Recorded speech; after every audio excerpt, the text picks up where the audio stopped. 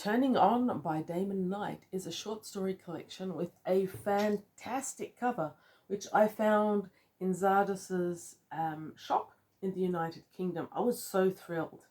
Yeah, look at that cover. Sphere edition, quite gorgeous, in terrible condition. The terrible condition means that it only cost me a couple of pounds, which I'm on board with.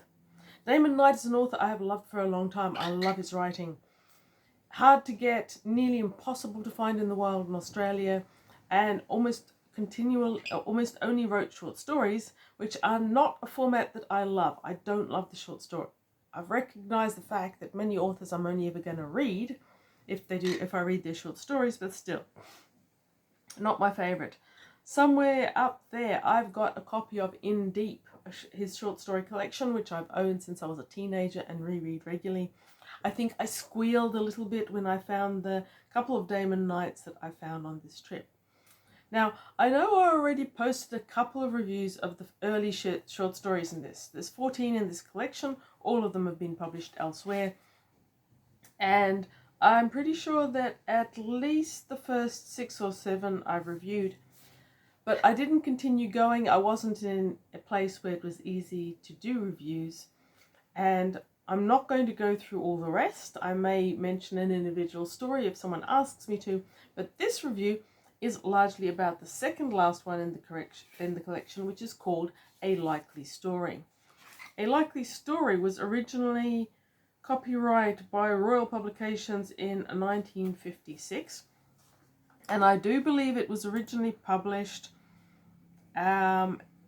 in one of the science fiction magazines. Incidentally, as I've already said, if there's one thing that I've noticed reading these short stories, many of them for the first time, is that Damon Knight was every bit as fantastic a writer as I remember.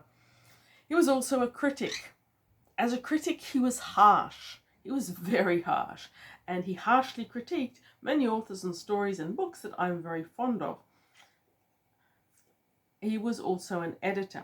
And as an editor is where this particular story, A Likely Story, comes into being. This is a humorous story. Humor in science fiction can be hit or miss. This is both. It hits very, very well. It misses entirely. What you've got is a spoof, basically, of a science fiction convention. The Medusa Club is a fictional convention which he discusses. This is told first person, as most of his stories are, I believe. In December, this person goes to a meeting of the Medusa Club in New York, and the weather is insane. The Medusa Club is, loosely speaking, an association of professional science fiction writers. No two of them will agree on what science fiction is, or anything else, but they all write it, or have written it, or pretend they can write it, or something.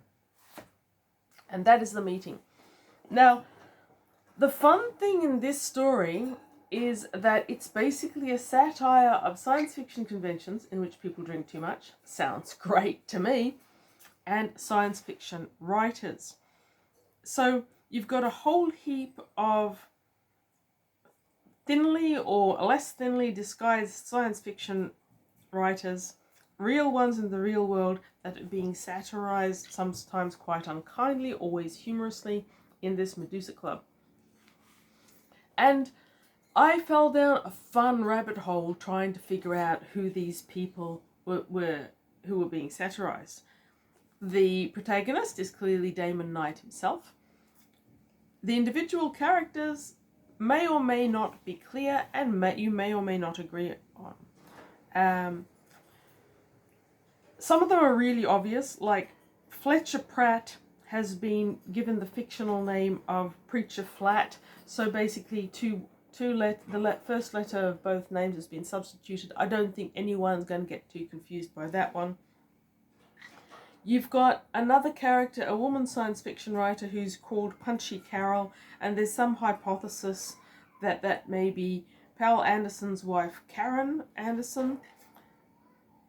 I personally wondered if maybe it was Kate Wilhelm, who was Damon Knight's wife at the end of his life. Not sure. Lee McKean, I think we can assume, is Lee Brackett. And there's some other ones that you can or cannot assume. Some people claim that Ray Alvarez, who is the main character there, is meant to represent Isaac Asimov, but you've also got another character there who is called Asa Akimisov, and the emphasis on the name, I think, suggested to me Isaac Asimov. Anyway, this is a fun little story in which something impossible happens. Strange pranking events are happening throughout the convention, throughout the city. The weather is insane and odd things happening. What is causing it? Well, our protagonist cozies up on a piano with Ray Alvarez. Why not Ray Bradbury? Wouldn't that be Ray Bradbury? I don't know. And they try to figure out what the cause is. The cause, they decide, is someone at the convention, and they go through all the different writers they know who may have got a device that can make molecular changes. In the harder science fiction sense of when this was written, it talks about what sort of device could do the thing that is being done to these people. It's a lot of fun in that you spend your whole time wondering which science fiction writers are being satirized. If you're not that into classic science fiction writers that you want to identify who they are, this story may not be the best one. It's a bit mystifying, it's a bit disorganized. It is basically a science fiction writer's story for other science fiction writers who will have fun picking apart who the individuals are, all of whom they know. So it's fun in that regard. Not the best one ever, but the ending was fun. Okay, so that's the last I'm going to say about Turning On by Damon Knight. There were lots of fantastic stories in there. The last story had timey-wimey stuff that was not really humorous, though ironic. It's called Don't Live in the Past. It's copyright 1951. Galaxy published it, I believe. You've got a range of fantastic stories. While I very rarely read short story collections in order or one after the other, it was pretty much okay to do this with Turning On, because the stories are so unique, so incredibly beautifully written that they're individualistic. Plus, I was only reading one at a time, even though I got through a few a day.